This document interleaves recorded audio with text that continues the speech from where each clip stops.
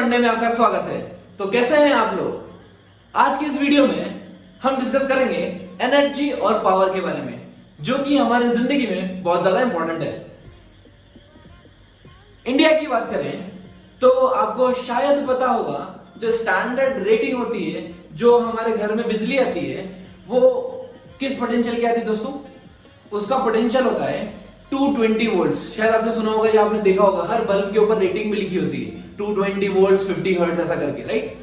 तो ये जो स्टैंडर्ड रेटिंग है हमारी फ्रीक्वेंसी की 50 हर्ट्ज और 220 वोल्ट्स है। अब एक चीज और पता होगी आपको, there are two types of current, one is AC current, alternating current, and second is DC current, direct current. जो हमारे घरों में सप्लाई आता है वो एसी करंट होता है, लेकिन अभी तक हमने एसी के बारे में कोई डिस्कशन नहीं किया है, हमने सिर्फ और सिर्फ डीसी पढ़ा है दोस्तों, ठीक है? तो क्या होता है, ये जो वैल्यू है, ये 220 वोल्ट, ये आरएमएस वैल्यू है, रूट मीन स्क्वायर वैल्यू। ये रूट मीन स्क्वायर वैल्यू का मीनिंग आपको अल्टरनेटिंग करंट में और अच्छे समझ में आएगा, बट आप ऐसा समझ लीजिए अभी के लिए कि ये 220 वोल्ट की एक डीसी बैटरी लगी हुई है, ऐसा समझ लीजिए, ठीक है? समझने के लिए आप ऐसा समझ सकते हैं कि 220 वोल्ट की एक डीसी बैटरी मैंने लगा रखी है, जो मुझे पावर सप्लाई कर रही है वहां से, ठीक ना?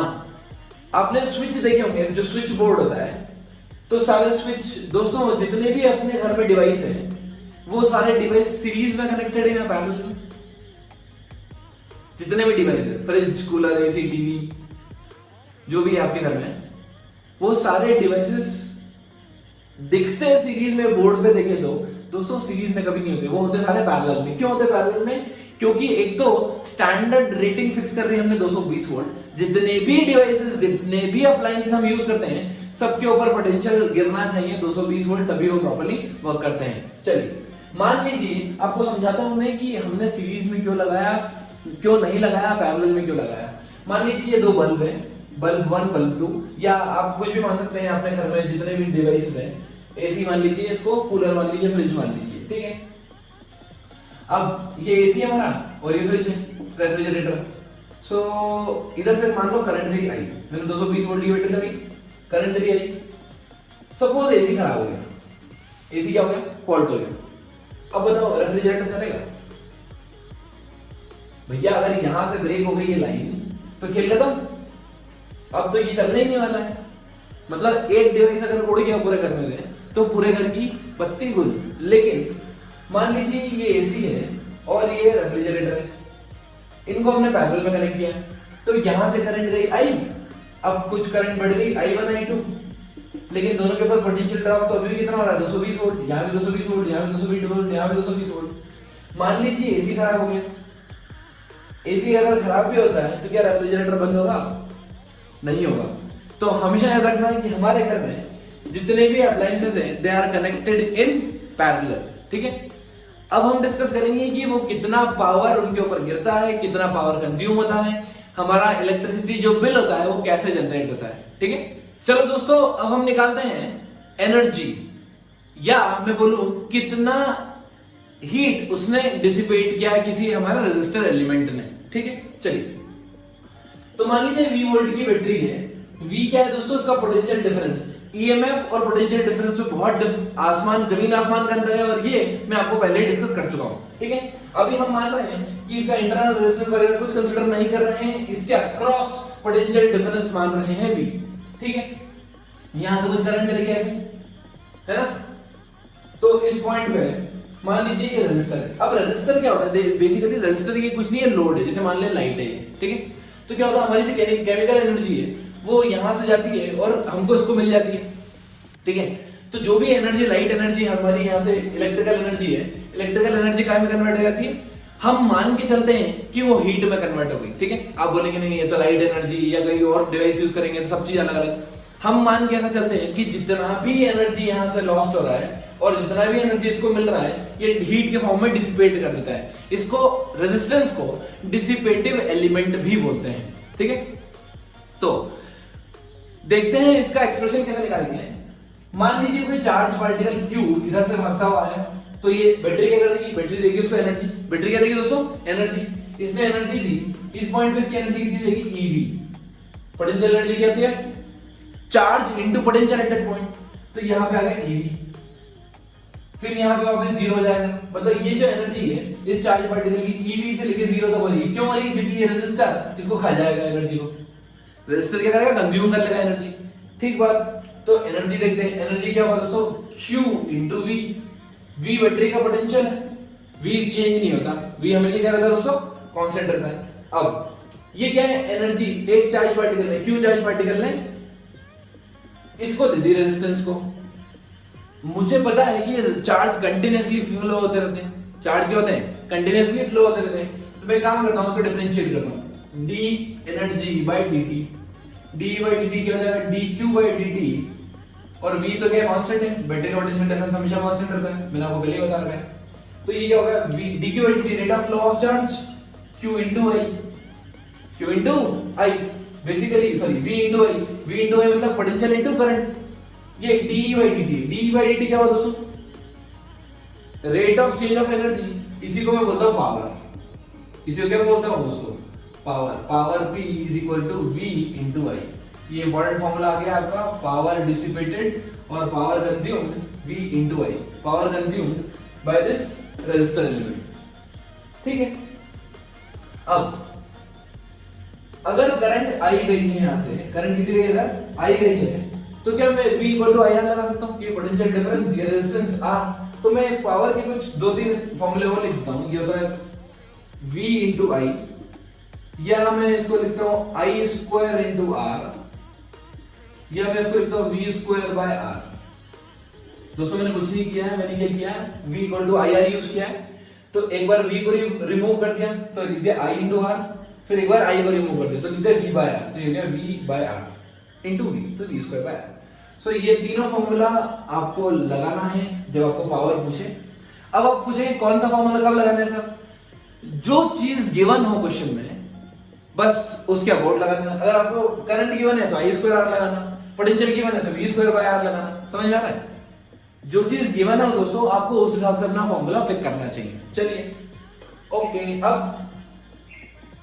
एक क्वेश्चन लेते हैं। मान लीजिए, ध्यान से देखना, इधर अगर मैंने एक रेजिस्टेंस दिया और यहां से करंट दी 1 एम्पीयर और रेजिस्टेंस है 2 ओम। ठीक है। अगर मैं आपसे पूछूं कि इसमें पावर कितना कंज्यूम किया, पावर कितना कंज्यूम किया और एनर्जी कितनी कंज्यूम की? एनर्जी 10 सेकंड में मान लो, एनर्जी इन 10 सेकंड्स। तो आपको पावर का फॉर्मूला पता है, करंट गिवन है, रेजिस्टेंस गिवन, मतलब कौन सा फॉर्मूला यूज करके? i square r। तो यह हो जाएगा 2 इनटू 1 स्क्वायर। पावर में 2 वॉट। पावर की यूनिट होती है दोस्तों वॉट, हमेशा याद रखना। इसकी SI यूनिट वॉट होती है, वॉट। ठीक है। एक प्रैक्टिकल यूनिट ये और है इसकी जो हम ज्यादातर यूज करते हैं, वो होती है horse power. 1 horse power is equals to 746 watt. 746 watt. ठीक है, हॉर्स पावर। ना अब हम पूछ रहे हैं कि एनर्जी कितना कंज्यूम किया 10 सेकेंड में। पावर क्या होता है दोस्तों? Power is nothing, it is energy consumed पर सेकंड। एनर्जी कंज्यूम्ड पर सेकंड। अगर 2 से 1 सेकंड में 2 जूल एनर्जी कंज्यूम की है, जूल पर second is what, right? So अगर 1 सेकंड में 2 जूल एनर्जी कंज्यूम की है तो 10 सेकंड में कितनी? 20 जूल। 10 सेकंड में कितनी दोस्तों? 20 जूल। अच्छा, हम ऐसा मान के चलते हैं जितना भी हमारा एक्सटर्नल सोर्सेज डिवाइसेस ये यूज कर रहे हैं, ये हीट के फॉर्म में यूज कर रहे हैं, ये हीट के फॉर्म में हमें वेस्ट कर रहे हैं, ऐसा मान के चलते हैं। ठीक है। तो अगर मैं ऐसा मानूं तो energy dissipated d by dt जब पावर होता है, ठीक है, पावर का फॉर्मूला क्या होता है? i square into r। Power का फॉर्मूला क्या होता है? i square into r। ठीक है। Power is equal to i square into r। मैं मानता हूं कि जितनी भी एनर्जी यूज कर रहा है वो हीट के फॉर्म में यूज कर रहा है, तो मैं एक काम करता हूं, इसको लिखता हूं dE equals to i square r dt। अब दोनों तरफ इंटीग्रेट कर दो। जितनी भी एनर्जी यूज की, क्या यही तो मेरी हीट है? हीट। ठीक है। तो हीट का फॉर्मूला क्या है दोस्तों? Integration i square r। अगर i कांस्टेंट है, 90% केसेस में i कांस्टेंट होगा, तो आप डायरेक्ट लिख सकते हैं i स्क्वायर r t। लेकिन अगर i कांस्टेंट नहीं है, i वेरिएबल है, तब आपको इंटीग्रेशन वाला फॉर्मूला ही याद रखना पड़ेगा दोस्तों। ये वाला फॉर्मूला आपको लगाना है, इंटीग्रेशन आई स्क्वायर आर डी टी, फिर इंटीग्रेट करो प्रॉपर लिमिट्स 0 to t या जहां तक भी उन्होंने पूछा है, आप ये फॉर्मूला निकाल के heat dissipated through the resistance निकाल सकते हैं। ठीक है,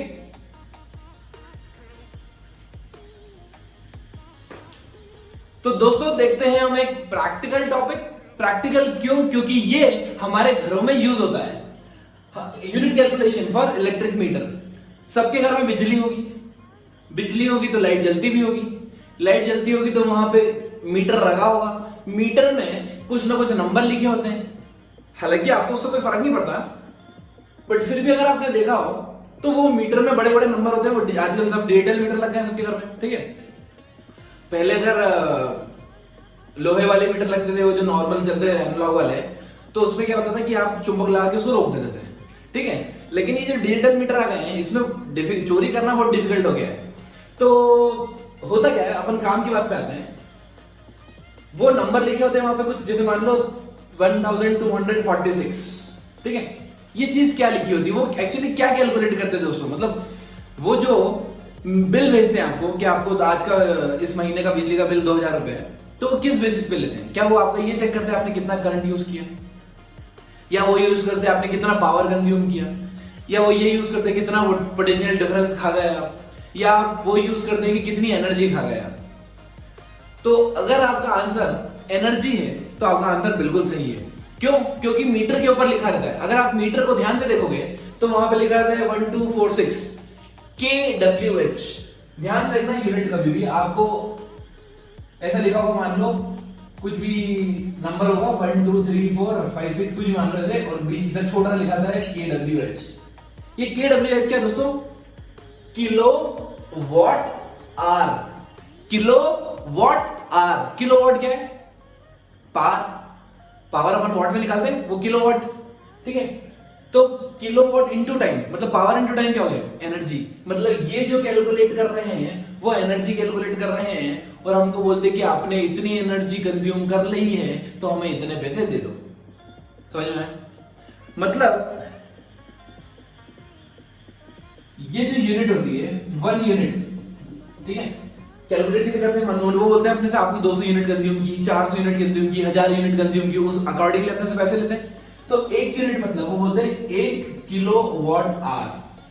1 किलो वॉट आर मतलब 1000 watt into 1 hour. 1000 watt into 1 hour मतलब 1000 वॉट इंटू 36,600 सेकेंड्स। ठीक है, तो ये कितना हो जाएगा? 36 into 3.6 into 10 to the power 6, 3.6 into 10 to the power 6 joule. What into second क्या हो गया? जूल। मतलब एक यूनिट क्या होती है दोस्तों? 3.6 इंटू 10 to the power 6। इतनी सारी एनर्जी आपने कंज्यूम कर ली तो वो बोलते हैं 1 यूनिट का पैसा दो। अब ये 1 यूनिट का पैसा डिपेंड करता है कि आप डोमेस्टिक यूज कर रहे हैं, कमर्शियल यूज कर रहे हैं, या आप कौन से स्टेट में रहते हैं, सबका अलग अलग होता है। ठीक है, नॉर्मली अगर अपन मान के चले कि 12 से 15 रुपए होता है, और सब हर कोई डिफरेंट होता है। मतलब कुछ दिल्ली में तो फ्री भी कर रखा है, तो ऐसा है कि ये चीज जो करता है, मान लीजिए कि एक औसतन 7 से लेकर 15 रुपए पर यूनिट तक हो सकता है।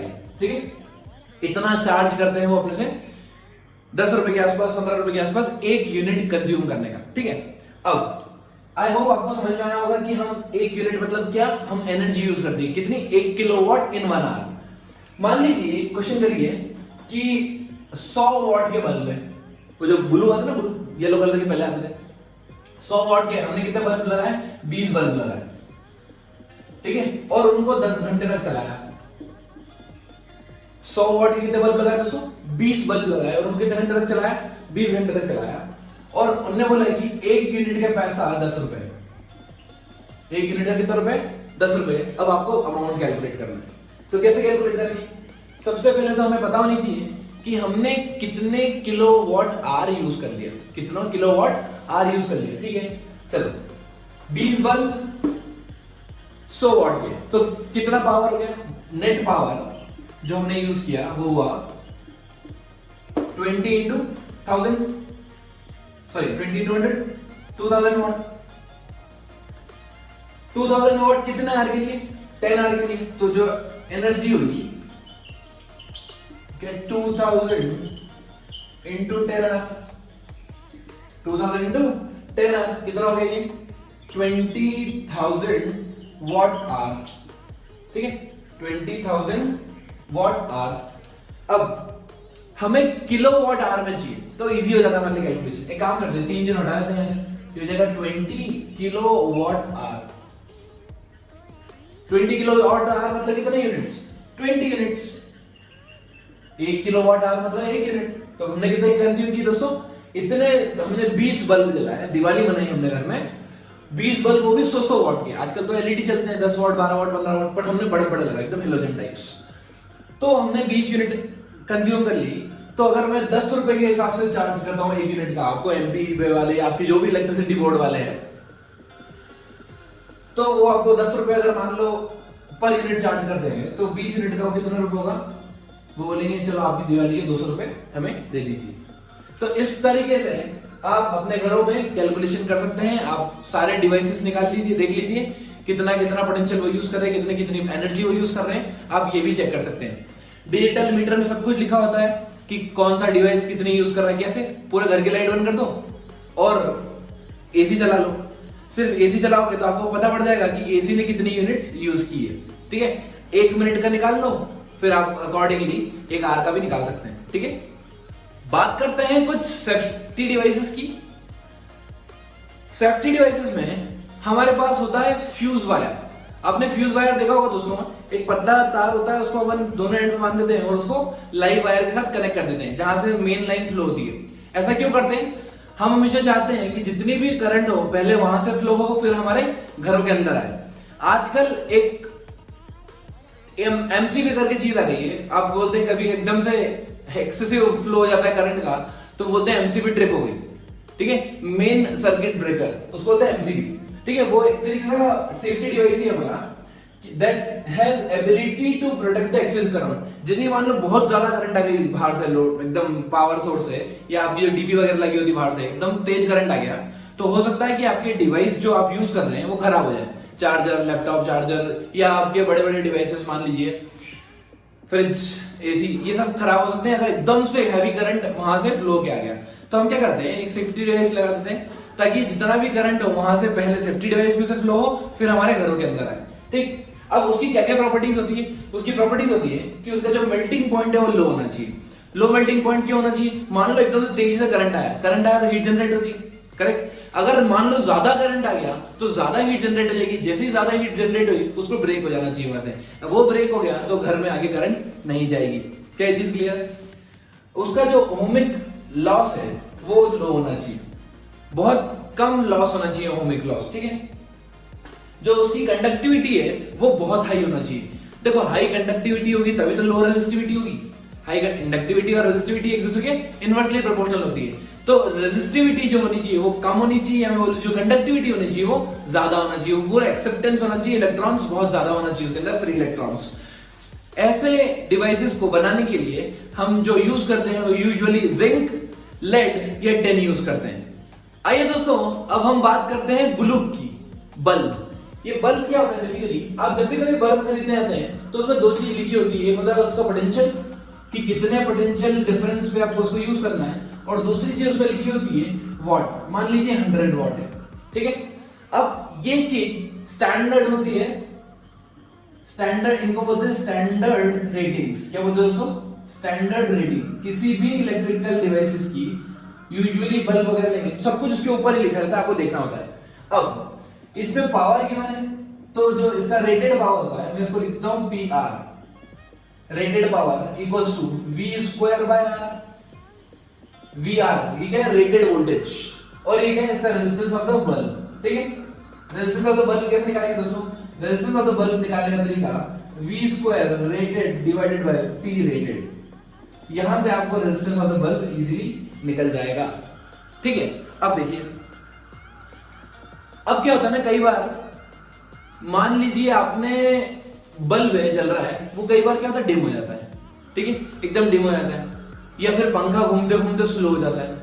तो आपने सुना होगा आपके घर वाले बोलते हैं कि वोल्टेज फ्लक्चुएशन हो गया, ठीक है, वोल्टेज प्रॉपर नहीं आ रहा है।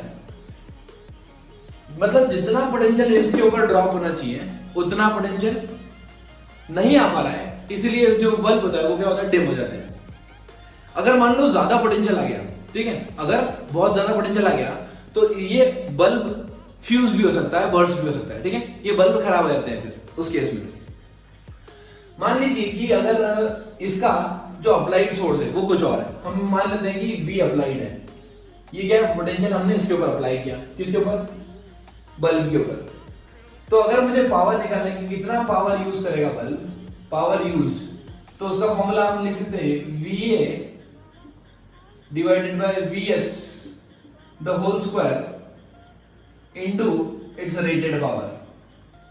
ये क्या है दोस्तों, देखो ध्यान से मैंने क्या लिखा है, रेजिस्टेंस बल्ब का चेंज होगा कभी, रेजिस्टेंस तो उसकी इंटरनल प्रॉपर्टी है, वो तो कोई चेंज नहीं हो रही, क्यों, क्योंकि उसका R L O सब में का R उसका जो रो है L A सब में क्या मानता हूं, कांस्टेंट मान लेता हूं, ठीक है। चलिए, तो अगर रेजिस्टेंस चेंज नहीं हो रहा है तो क्या मैं लिखूं V square by R, sorry V square bye P constant होगा, V स्क्वायर बाय P क्या होगा दोस्तों, कांस्टेंट।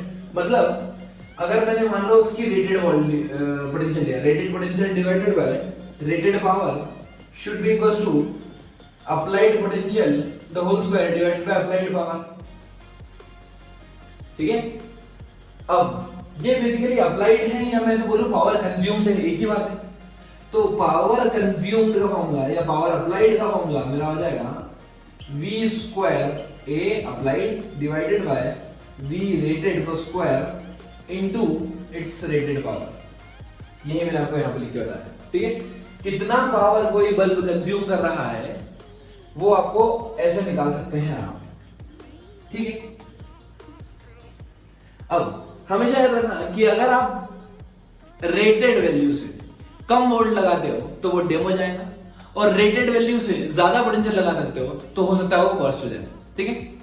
अब ऐसे केसेस में अगर आपको चाहिए कि आप फ्लक्चुएशन के साथ, मतलब कम पोटेंशियल के साथ आप इसको बल्ब को लगा दें फिर भी ये परफेक्टली फाइन वर्क करे, तो हम उसके लिए दो कॉन्सेप्ट सीखते हैं, पोटेंशियल डिवाइडर और करंट डिवाइडर का।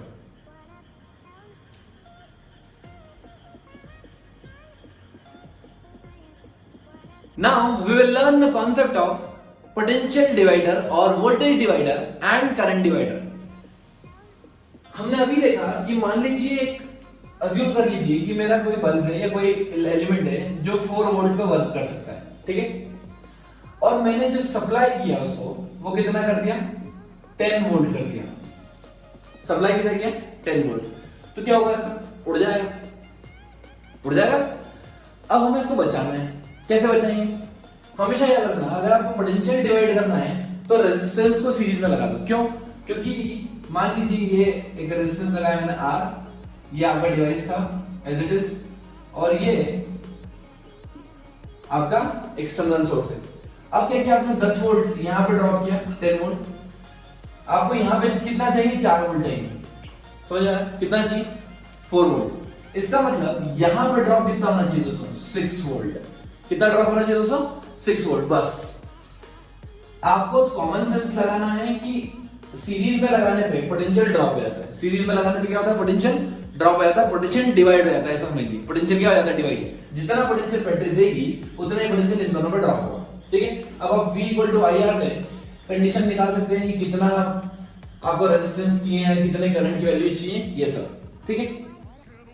सिमिलरली मान लीजिए कि कोई एलिमेंट है उसमें आपको कम करंट की वैल्यूज चाहिए, ठीक है, आपको करंट को डिवाइड करना है, तो करंट को डिवाइड करने के लिए हमेशा एक एलिमेंट को पैरेलल में लगाना है। कैसे, जैसे मान लीजिए कि यहां से कोई आपका डिवाइस है और यहां से आपने बैटरी से कनेक्ट कर दिया उसको, ठीक है, अब इसमें कुछ करंट हो रही है, फ्लो हो रही होगी आई, ठीक है। मान लो आपको इतनी डिजायर्ड वैल्यू नहीं है, इतनी आपको करंट नहीं चाहिए, या आपको रिस्क है कि हो सकता है ये फ्यूज हो जाए या खराब हो जाए, तो आप क्या करते हैं, एक पैरेलल में रेजिस्टेंस लगा दीजिए। अगर जैसे ही आपने पैरेलल में रेजिस्टेंस लगाया तो आपको ऐसा लग रहा है दोस्तों कि जैसे ही मैंने करंट आई गई यहां से, अब आई पूरे डिवाइस के पास नहीं जाएगी, अब ये डिस्ट्रीब्यूट हो जाएगी I1 और I2 में। फिर से आप किरचॉफ जंक्शन लॉ लगा के, किरचॉफ करंट लॉ लगा के आप डिजायर्ड वैल्यूज फाइंड कर सकते हैं, ठीक है। इसके ऊपर न्यूमेरिकल्स बहुत इजी आते हैं, अगर आएंगे तो आप इजीली कर लोगे। आपको कॉन्सेप्ट ये समझना है कि जब भी मुझे पोटेंशियल डिवाइड करना है, तो रेजिस्टेंस को सीरीज में लगाओ, और जब भी मुझे करंट डिवाइड करना है तो रेजिस्टेंस को पैरेलल में लगाओ। क्लियर?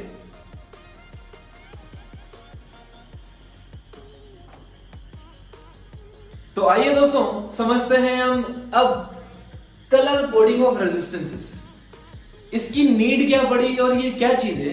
बेसिकली आपने कोई भी सर्किट एलिमेंट देखा हो या फिर आपने कोई चिप देखी हो, उसमें छोटे छोटे रेजिस्टेंस लगे होते हैं। जैसे आप कंप्यूटर का मदरबोर्ड ले लीजिए, तो उसमें ट्रांजिस्टर, छोटे ट्रांसफार्मर, इतने सारे रेजिस्टेंस, बहुत सारे रेजिस्टेंस लिखे होते हैं, राइट। अब हमें उसे पता करना है कि रेजिस्टेंस की वैल्यू क्या है, तो कैसे पता करेंगे? लिखेंगे तो नहीं, क्योंकि इतना छोटा एलिमेंट होता है, उसके ऊपर लिख दिया तो समझ नहीं आएगा। तो हमने एक मेथड बनाई है कलर कोडिंग की। कलर कोडिंग करने से हमें समझ में आ जाता है कि ये रेजिस्टेंस कितना होगा, ठीक है। अब उसमें भी बहुत सारी वैरायटीज होती है, 2 बैंड, 3 बैंड, 4 बैंड, 5 बैंड। हमारे सिलेबस में 4 बैंड है, ठीक है, 4 बैंड रेजिस्टेंस है, तो हम सिर्फ 4 बैंड पे ही फोकस करेंगे। अब क्या होता है दोस्तों, मान लीजिए कोई रेजिस्टर है और यहाँ पर 4 अलग अलग कलर के बैंड बने हुए हैं, ऐसे ये 4 डिफरेंट कलर के बैंड है, मान लीजिए ऐसे। अब इन कलर का एक पर्टिकुलर नाम होता है, सब कलर का, जैसे सीक्वेंस होती है black, brown, red, orange, yellow, green, blue, violet, grey, white, gold, silver, no colour, ठीक है। ये आपको याद कैसे रखना है? याद ऐसे रखना है, B B Roy of Great Britain has very good wife wearing gold and silver ornaments. वैसे भी इसमें कोई नई बात नहीं है, दूसरों की तो सबको अच्छी लगती है। तो ऐसा क्यों बनाया हमने ये? देखो, ब्लैक का बी ले लिया, ब्राउन का बी ले लिया, स्टार्ट मुझे ब्लैक से रखना है, आपको याद करना है। तो ये क्या हमारा बी रॉय, ठीक है, red, orange, yellow, B Roy of Great Britain, तो आपको ग्रीन और ब्लू हो गया, B Roy of Great Britain. फिर has V violet, very good wife, violet का वी, ग्रे का जी। देखो अब कंफ्यूज मत होना, यहाँ पे जी 2 बार आ रहा है, जी इधर भी आ रहा है और जी इधर भी आ रहा है, तो पहले ग्रीन आएगा बाद में ग्रे आएगा। जैसे बी 2 बार आया तो बी में पहले ब्लैक आएगा फिर ब्राउन आएगा, तो सिमिलरली यहाँ पे पहले ग्रीन आएगा बाद में ग्रे आएगा, ठीक है। तो दोनों जी में कंफ्यूज नहीं होना अपने को, ठीक है।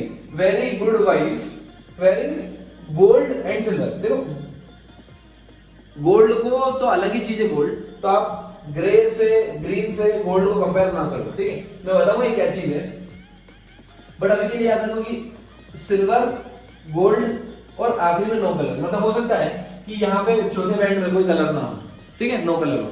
अब इन सब के मैंने मल्टीप्लायर दे रखे हैं और डिजिट दे रखी। क्या ये जो डिजिट है हमेशा स्टार्ट होती है 0 से जाएगी 9 तक, 9 से आगे नहीं जाएगी, 0 से स्टार्ट होगी और 9 तक जाएगी।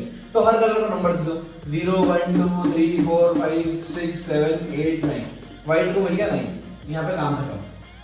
ब्लैक से स्टार्ट हुआ, व्हाइट को मिल गया, ठीक है। ब्लैक के बाद ब्राउन, फिर बीच में आएगा ग्रीन और आखिरी में आएगा ग्रे, है ना। तो आपको जी से कंफ्यूज नहीं होना, ठीक है। ग्रे के बाद व्हाइट। चलो अब इसको बोलता हूं मैं ए, इसको बोलता हूं बी, इसको बोलता हूं सी, इसको बोलता हूं डी, लेकिन डी के हमेशा आगे लगाता हूं परसेंटेज, ठीक है। ऐसा याद रखो, ये ए बी सी डी। जब भी मुझे रेजिस्टेंस देना होता है, तो दोस्तों यहां पर ये चीज ए और बी होती है डिजिट, और ये चीज होती है सी। मल्टीप्लायर जो होते हैं वो मेरे सी होते हैं। मल्टीप्लायर क्या होते हैं? मल्टीप्लायर मान लीजिए दोस्तों सी होते हैं, और ये जो होता है वो डी परसेंट होता है, टॉलरेंस। अब टॉलरेंस क्या होता है? किसी भी रेजिस्टेंस को हम परफेक्टली नहीं बना सकते, कुछ ना कुछ उसमें एरर पॉसिबल होगी। आपने यूनिट्स एंड डायमेंशन में पढ़ा होगा। जैसे मान लो कोई मैं मेजर लेंथ कर रहा हूँ, 2 मीटर लेंथ मेजर की, उसमें एरर हो 1 सेंटीमीटर की, तो मैं क्या लिखता हूँ 2 ± 0.01 मीटर, है ना। तो इस तरीके से ये टॉलरेंस, मतलब हो सकता है कि इसमें एरर हो थोड़ी बहुत इधर उधर ऊपर नीचे। चलो, तो जो टॉलरेंस है, टॉलरेंस के लिए सिर्फ 3 कलर है हमारे पास, गोल्ड, सिल्वर और नो कलर। तो इसलिए मैंने आपको बोला था कि आपको इन तीन की चिंता करने की जरूरत नहीं है, क्योंकि ये हमारे मेन तीन एलिमेंट्स में नहीं आएंगे। ये लास्ट बैंड जो सिर्फ और सिर्फ हमें टॉलरेंस देगा। क्या देगा दोस्तों? सिर्फ टॉलरेंस देगा। मतलब कितना एरर है एक्सपेक्टेड, कितना maximum error plus minus side में, दो ही साइड में हो सकता है, वो हमें को बताएगा ये हमारा टॉलरेंस। ठीक, चलिए, तो टॉलरेंस के लिए ये सारे कलर्स नहीं यूज होंगे, सिर्फ तीन ही कलर होंगे। यूज गोल्ड जिसमें सिर्फ 5% का टॉलरेंस होगा, सिल्वर जिसमें 10% का टॉलरेंस होगा, और नो कलर में 20% का टॉलरेंस होगा। ठीक है, चलिए अब इसको लिखते कैसे, लिखते कैसे हैं? मान लीजिए दोस्तों कि ये कलर है मेरा रेड, ये कलर है मेरा येलो, कुछ भी ले लो रैंडम, ये कलर है मेरा सिल्वर, और थर्ड बैंड का कलर ले लेता हूं मैं ब्राउन। ठीक है दोस्तों, अब रेजिस्टेंस लिखने का तरीका A B into multiplier C, A B into multiplier C plus minus d%, this will give me resistance. A B into multiplier C. या आप एक काम और कर सकते हैं, आप चाहें तो ए बी सी इन्हीं को दे दो नंबर डायरेक्ट, या फिर आप याद रखना इसको कि ये multiplier A B into multiplier C. देखो ए क्या है? रेड, रेड का नंबर क्या है? 2, तो ये हो गया 2, कोई डेसिमल वगैरह कुछ नहीं लगाना है। फिर बी क्या है? येलो, येलो का नंबर क्या है? 4 इंटू सी क्या है? ब्राउन, ब्राउन का मल्टीप्लायर, ब्राउन का नंबर नहीं देखते, ब्राउन का क्या देखते हैं? मल्टीप्लायर, थर्ड नंबर का मल्टीप्लायर देखते हैं, इंटू 10 टू द पावर कितना है? 1 प्लस माइनस, प्लस माइनस कितना दोस्तों? सिल्वर, कितना परसेंटेज टॉलरेंस? 10%। कितना है दोस्तों? 24 into 10 to the power 1 plus minus 10%। Plus minus 10% of what? Plus minus 10% of the initial resistance, plus minus 10% of the initial resistance. मतलब ये कितना है? देखो अगर मैं कैलकुलेट करूं इसको, 240 प्लस माइनस 10% ऑफ 240, ये ध्यान रखना दोस्तों, ये होता है 10% ऑफ 240। 10% ऑफ 240 कितना हुआ? 10% ऑफ 240 हुआ 24। तो इसको मैं रेजिस्टेंस को लिखूंगा यहां पर 240 प्लस माइनस 24 ओम, ये मेरा आंसर है। क्या चीज समझ में आई आपको? ठीक है, चलिए अब इसी से रिलेटेड एक प्रॉब्लम ले लेते हैं। मान लीजिए दोस्तों कि उन्होंने हमें दिया है 47 इंटू 10 टू द पावर 3। क्या दिया दोस्तों? 47 into 10 to the power 3 plus minus 4.7 kilo ohm. 47 plus minus 4.7 kilo ohm, ये रेजिस्टेंस दिया है। अब हमें निकालना क्या है? वो बोल रहे हैं कि कलर बताओ, कि कलर बताओ। अब कुछ बच्चे यहां पे गलती कर जाएंगे, कुछ बच्चे क्या करेंगे दोस्तों? गलती देखो, सबसे पहले स्टैंडर्ड फॉर्मेट में लिखें हमेशा, सबसे पहले हमेशा स्टैंडर्ड फॉर्मेट में लिखें। स्टैंडर्ड फॉर्मेट कैसे लिखते हैं? ये किलो है तो किलो को बोले 10 टू द पावर 3 में लिखो। ठीक है, तो कितना होगा? 47 into 10 to the power 3 plus minus 4.7 into 10 to the power 3। ठीक है, अब ये हमारा स्टैंडर्ड फॉर्मेट है A B into 10 to the power C, या A B into C multiplier C. ठीक है, 4 किसको रिप्रेजेंट कर रहा है? 4 येलो का रिप्रेजेंट कर रहा है, मतलब ये कलर क्या है? येलो। फर्स्ट बैंड है येलो, सेकंड बैंड 7 कौन है? वॉयलेट, ये हमारा violet. See 10 to the power 3, मतलब 3 कौन रिप्रेजेंट कर रहा है दोस्तों? ऑरेंज, तो ये हो गया हमारा ऑरेंज। और लास्ट कलर हमको टॉलरेंस से पता पड़ेगा। लास्ट कलर कैसे पता पड़ेगा दोस्तों? टॉलरेंस से। अब कितना परसेंटेज टॉलरेंस है ये कैसे पता पड़ेगा? ये quantity divided by original quantity into 100% दे देगा हमको आंसर। तो देखो आपको दिख रहा होगा कि ये अपन ये कितना होगा दोस्तों? 4.7 divided by 47 into 10 to the power 3 into 10 to the power cancel हो गया इंटू 100%। तो ये कितना होगा दोस्तों? 10% आ गया। 10% मतलब आपको दिख रहा है ये चीज, आपको परसेंटेज निकालना होगा। 10% मतलब क्या? 10% मतलब इट रिप्रेजेंट्स सिल्वर। तो हमारे चारों कलर आ गए सिल्वर। ठीक है, ये क्वेश्चन उन्होंने 2019 नीट में पूछा था। और नीट के एग्जामिनेशंस में ऐसे क्वेश्चंस पूछने के चांसेस काफी ज्यादा होते हैं, ठीक है। तो आई होप आपको कलर कोडिंग समझ में आई हो। B B Roy of Great Britain has a very good wife wearing gold and silver ornaments. तो आइए दोस्तों, अब हम डिस्कस करते हैं variation on resistance due to stretching of the wire, ठीक है। मान लीजिए कि एक कंडक्टर दे रखा है जिसकी रेजिस्टिविटी रो है, लेंथ है एरिया ए। अब मैंने क्या किया, इसको स्ट्रेच कर दिया, स्ट्रेच करके इसको शेप चेंज कर दिया। वो पूछते हैं कि इसका नया रेजिस्टेंस बताओ, इसका नया रेजिस्टेंस बताओ अगर इनिशियल रेजिस्टेंस आर था तो, ठीक है। यूजुअली वो लेंथ डबल कर देते हैं, ट्रिपल कर देते हैं या फिर परसेंटेज चेंज दे देते हैं। तो हम देखते हैं इस तरह के प्रॉब्लम्स को अटेम्प्ट कैसे करना है, अप्रोच कैसे करना है। हमें पता है रेजिस्टेंस होता है rho L by A, rho into L by A. जब आप किसी वायर को ऐसे पुल कर रहे हो, खींच रहे हो, स्ट्रेच कर रहे हो, तब क्या आप उसका रो चेंज कर रहे हो? रोज तो प्रॉपर्टी होती है दोस्तों मटेरियल की, वो चेंज नहीं होने वाली। क्या आप उसका एरिया चेंज कर रहे हो? हाँ। क्या आप उसकी लेंथ चेंज कर रहे हो? हाँ। मतलब ये दोनों चीज के चेंज करने से आपका इफेक्टिव रेजिस्टेंस चेंज हो रहा है, राइट।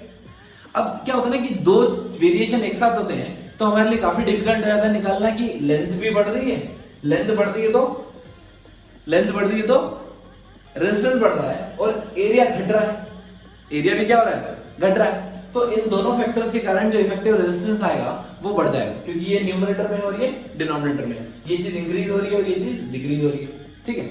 तो हम क्या करते हैं, इन दोनों के बीच में एक रिलेशन निकालने की कोशिश करते हैं।